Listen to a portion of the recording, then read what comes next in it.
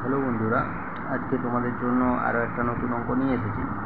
তো দেখো, বলা হয়েছে একজন ব্যবসাদার একটি দ্রব্য 20% ক্ষতিতে বিক্রি করেন। যদি তিনি দ্রব্যটি 112 টাকা বেশি দামে বিক্রি করতেন তাহলে তার 5% লাভ হতো। তো এরপর বের করতে হবে যে জিনিসটার ক্রয় মূল্য কত। তো এর জন্য কি করতে হবে, প্রথমেই দেখো বলা হয়েছে যে 20% ক্ষতিতে বিক্রি করতেন। তার মানে কি বলতে পারি আমরা, যে ক্রয় মূল্য 100 টাকা হলে বিক্রয় মূল্য হবে 80 টাকা, যেহেতু 20% ক্ষতির কথা বলা হয়েছে। এবং পরবর্তীকালে বলা হয়েছে যে যদি 112 টাকা বেশি দামে বিক্রি করতেন তাহলে লাভ হতো 5%। তাহলে 5% লাভ মানে সেই ক্ষেত্রে বিক্রয় মূল্যটা কত সেটা বের করতে হবে। তাহলে কি বলতে পারি যে ক্রয় মূল্য 100 টাকা হলে বিক্রয় মূল্য 105 টাকা, যেহেতু 5% লাভ।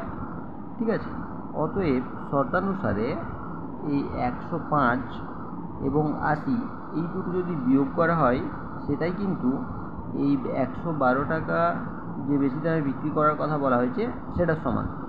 তার মানে 105 আর 80তে বিয়োগ করলে কত হবে, 25%। এই 25% সমান কিন্তু 112 টাকা। এটা বুঝতে পেরেছো নিশ্চয়ই।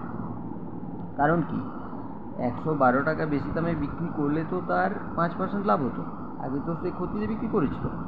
তার মানে কি, ক্ষতিতে বিক্রি করার সময় বিক্রয় মূল্য 80 টাকা ছিল, 5% লাভ করার সময় তার বিক্রয় মূল্য হলো 105 টাকা। তাহলে 105 আর 80তে বিয়োগ করলে কত হবে, 25%। এই 25% সমানই 112 টাকা।